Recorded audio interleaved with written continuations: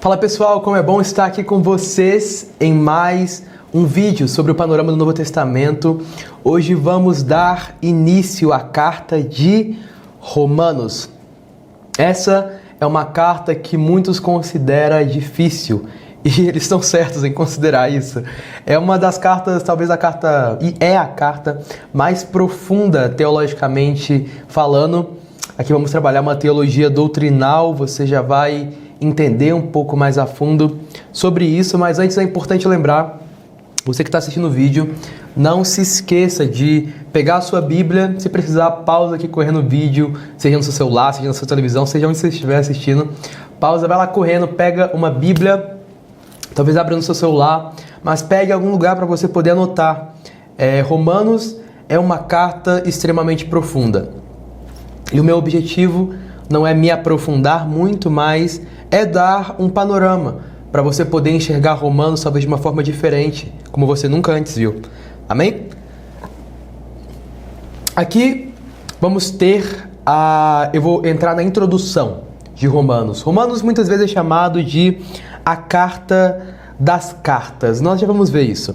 Mas a epístola de Romano é, sem dúvida, o documento mais completo da teologia cristã no Novo Testamento. Se os evangelhos, o que nós já tivemos aula sobre eles, se você não assistiu, para esse vídeo agora e volta lá, é importante seguir essa ordem.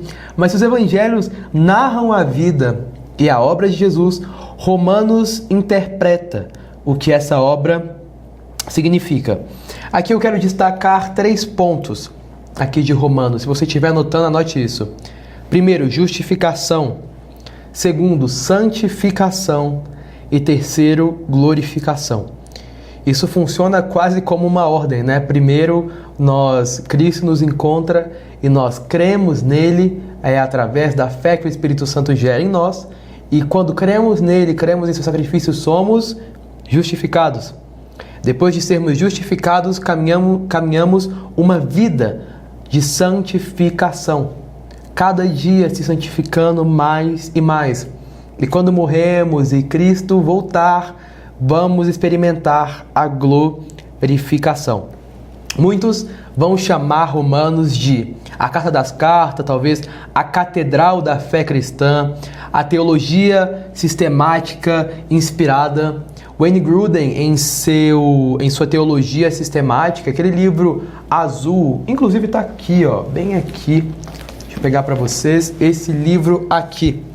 Essa não sei se é uma versão, não, acho que não é a versão mais nova, eu acho que tem uma versão mais nova do livro de Wayne Grudem.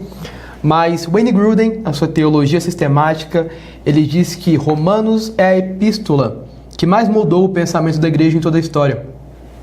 Agostinho, Lutero, Wesley e outros gigantes da fé tiveram suas conversões e reformas espirituais acendidas pela leitura dessa carta.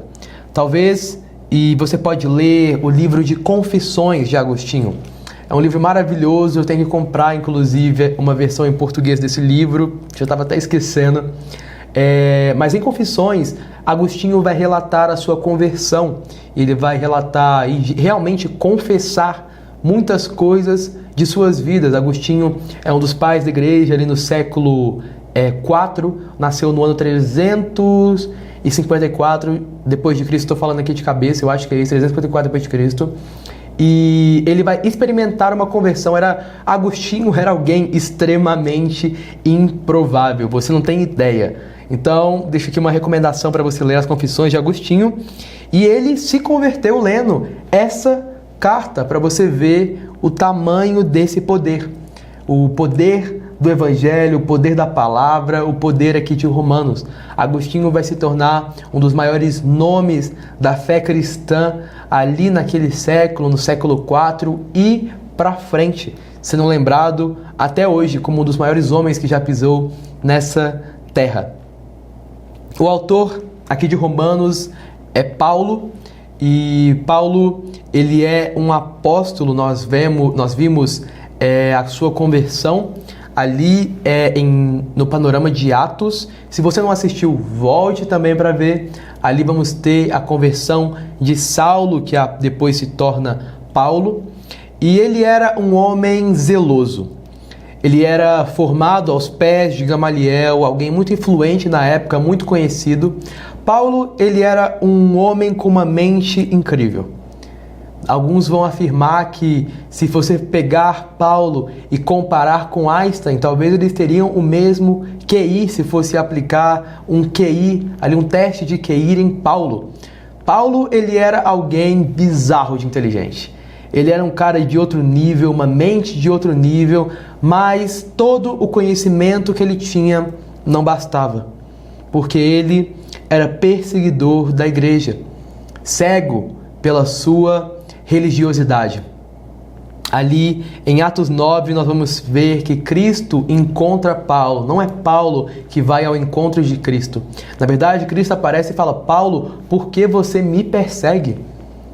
E Paulo, ouvindo aquela voz, ele fica cego. Mas olha, naquele momento que Paulo fica cego, eu acho que ele nunca enxergou tanto, igual ele estava enxergando naquele momento. Ali, pro mundo, Paulo estava cego. Mas ele havia percebido que ele viveu uma vida com escama nos seus olhos, e foi naquele momento que pela primeira vez os seus olhos se abriram. Se abriram para a religiosidade, se abriram disso, e Paulo vai olhar para Cristo, e ali ele vai ter uma revelação de que ele caminhou uma vida perseguindo aquele que o salvou. Paulo, ele vai escrever essa carta, e a maior parte do Novo Testamento vai ser escrito, a maior parte dos livros do Novo Testamento vai ser escritas por Paulo. Nós podemos ver em Romanos 1, no capítulo 1, no versículo 1, abrindo a carta de Romanos, que vai dizer: Eu, Paulo, e olha esse termo, essa Bíblia minha aqui é NVT, algumas vai estar servo, mas essa tradução eu acho linda. Eu, Paulo, escravo de Cristo Jesus, chamado para ser apóstolo e enviado para anunciar as boas novas de Deus, escrevo esta carta. Nós vemos que Paulo, primeiro, ele se denomina como escravo. Algumas traduções vão estar servo, mas o sentido de servo é o mesmo sentido aqui de escravo. Paulo não se vê como livre para si mesmo. Ele pertence a Cristo. Aqui também ele vai falar sobre apóstolo. Ele não foi chamado por homens. Esse título não foi concedido para Paulo por homens, mas pelo próprio Cristo Jesus ali em Atos 9. E a partir daquele momento e depois daquele momento nós vemos como Paulo se aprofunda nesse chamado de apóstolo. Ele também vai dizer separado para o Evangelho de Deus. Paulo, assim como nós, assim como eu, assim como você, ele foi escolhido, ele foi predestinado e ele foi separado para essa missão.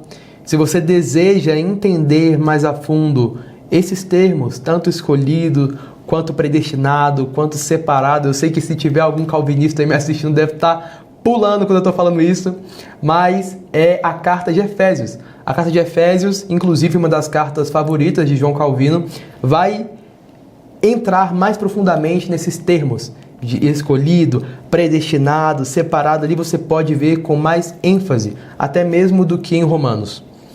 Mas vamos entender agora que sabemos quem foi o autor, vamos entender o contexto.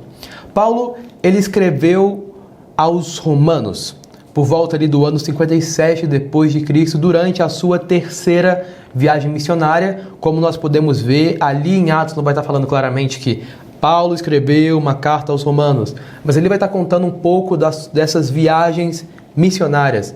Ele provavelmente escreveu, nós acreditamos, na cidade de Corinto, enquanto ele se preparava para viajar a Jerusalém com uma oferta dos gentios para os crentes judaicos e pobres. Nós podemos ver isso em Romanos, no capítulo 15. Ele não conhecia pessoalmente a igreja em Roma, mas ele tinha um profundo desejo de visitá-la. Isso é algo que até Romanos vai ter de diferente da maioria das cartas aqui de Paulo, porque cartas como Corinto ou Efésios, quando ele envia essa carta, ele já conhecia aquelas igrejas, ele mesmo havia fundado. Aqui em Romanos não, ele não conhecia, mas ele tinha um desejo muito grande de ir a Roma visitar aquela igreja. Romanos é, portanto, uma carta introdutória e, ao mesmo tempo, doutrinária, na qual Paulo expõe com clareza o conteúdo do evangelho que pregava. Além disso, ele tinha planos de usar Roma como uma base missionária para sua futura viagem até a Espanha. Isso é uma grande curiosidade, nós podemos ver isso em Romanos capítulo 15, no versículo 24. Então, a carta de Romanos ela funciona assim como um manifesto teológico, pastoral, missionário, mas não somente isso, mas como uma carta doutrinária, onde Paulo expressa o seu desejo de proclamar a justiça de Deus revelada em Cristo Jesus a todos os povos. Um dos versículos chaves aqui de Romanos, eu quero destacar esse em específico, é Romanos no capítulo 1, versículos 16 e 17, que vai dizer: pois eu não me envergonho do evangelho, porque é o poder de Deus para a salvação de todo aquele que crê, primeiro do judeu, depois do grego. Porque no evangelho é revelada a justiça de Deus, uma justiça que no princípio ao fim é pela fé, como está escrito: o justo viverá pela fé. Nesse versículo, Paulo introduz 4 ideias centrais. Primeiro, o evangelho é poder.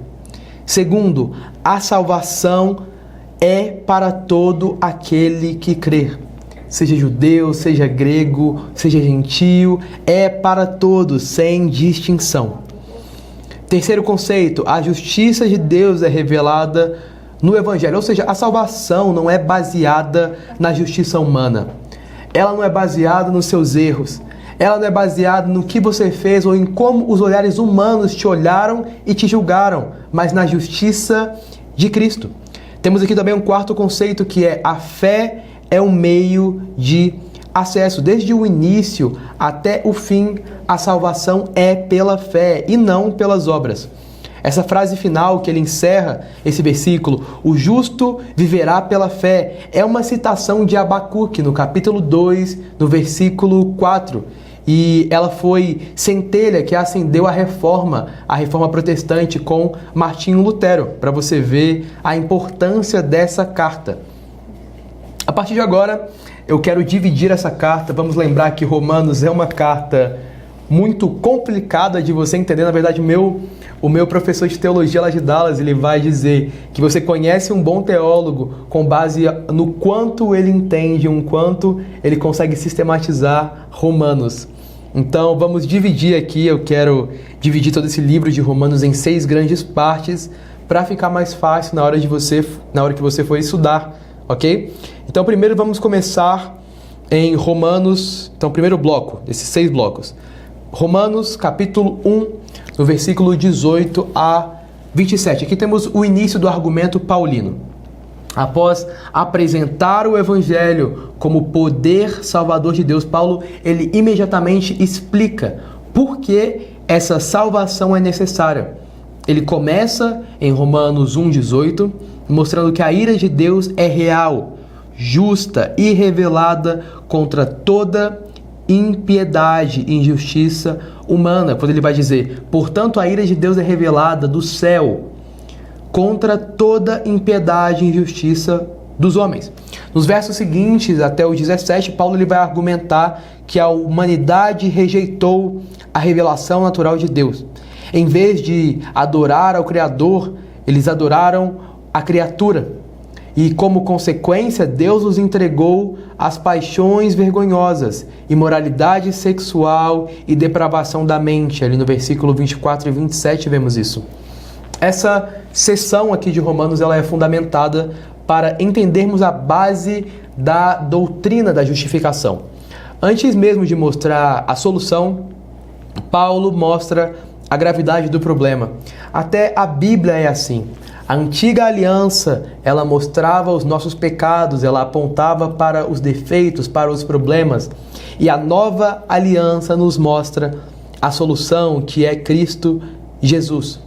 Um outro ponto aqui nessa seção fundamentada que Paulo vai mostrar é que a condenação é universal e a salvação também é igualmente oferecida a todos, mas somente eficaz àqueles que creem. Segundo bloco agora de Romanos, segunda parte. Romanos no capítulo 1, no versículo 18 até o capítulo 3, no versículo 20. Aqui Paulo vai trabalhar pecado e condenação.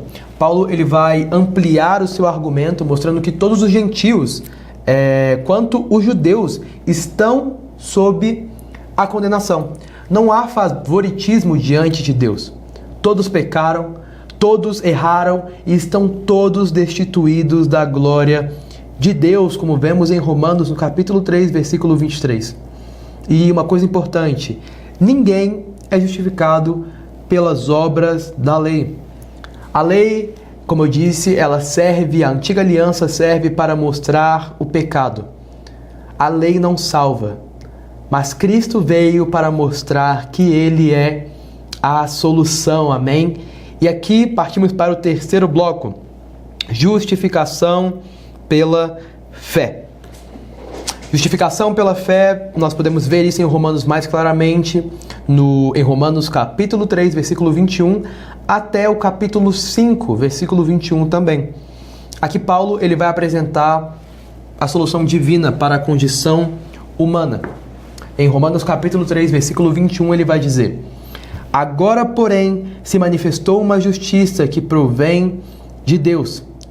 A justificação é um ato jurídico, em que Deus declara justo o pecador com base na justiça de Cristo, que recebeu em si ali na cruz todos os nossos pecados.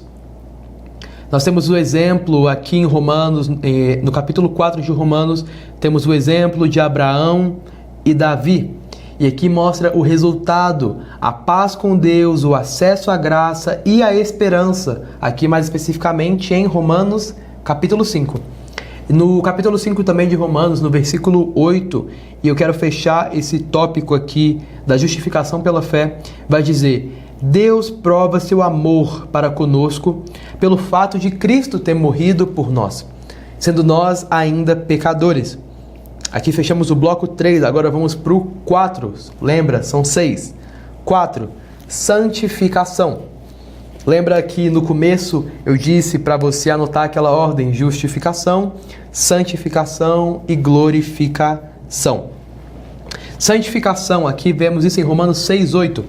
Paulo trata da nova vida em Cristo aqui.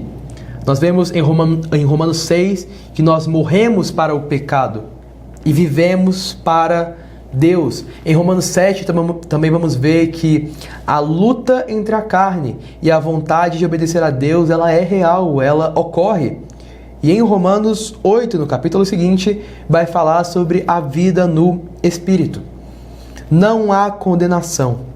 O Espírito nos guia, nos dá vida e nos assegura da nossa adoção como filho de Deus. Esse termo adoção também vai aparecer muito claro ali em Efésios, se não me engano, no primeiro capítulo. E para fechar esse bloco, o versículo que eu quero destacar entre santificação seria esse: nada poderá nos separar do amor de Deus que está em Cristo Jesus, nosso Senhor, como Paulo vai dizer lá em Romanos capítulo 8, versículo 39. Essa é a nossa segurança. Não somos salvos porque merecemos, não somos salvos e graças a Deus não somos salvos pelas nossas obras ou pelo quanto você é bom. Eu sei que muitas vezes podemos olhar para nós mesmos e nos enxergar como bons, mas a justiça de Deus, ela é diferente da justiça dos homens. Então no bloco 5, só falta mais 2, bloco 5, temos a soberania de Deus. Aqui em Romanos no capítulo 9 até o 11. Aqui Paulo vai abordar a rejeição de Israel e inclusão dos gentios. Vamos entender claramente esse contexto. Romanos 9 é um texto, inclusive, muito usado para defender linhas calvinistas. Então é importante, independente da sua visão de soteriologia, ou seja, doutrina da salvação, seja você arminiano, seja calvinista, seja o que for, você precisa entender o contexto de cada versículo. Aqui ele vai abordar especificamente sobre a rejeição de Israel. Como nós podemos ver em Romanos 9, que Deus escolhe soberanamente.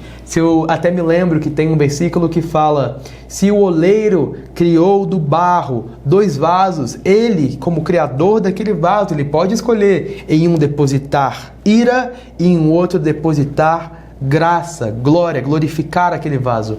E quem é você, ó vaso, para questionar o oleiro? Cara, esse é um versículo que a gente usava tanto ali no seminário quando a gente ia defender as nossas linhas de soteriologia. E em Romanos 10, no capítulo seguinte, vamos ter um outro tema que vai ser: o homem é responsável por responder à fé. No capítulo seguinte, Romanos 11, vamos ter: Israel não foi rejeitado para sempre. Isso é algo muito importante para você que gosta de escatologia, você que vai estudar escatologia. Israel não foi rejeitado para sempre. Há um remanescente. Aqui entramos no bloco 6. E aqui conseguimos fechar Romanos em 6 grandes blocos para ficar mais fácil de você sistematizar, de você organizar aí na sua cabeça como Paulo organiza Romanos.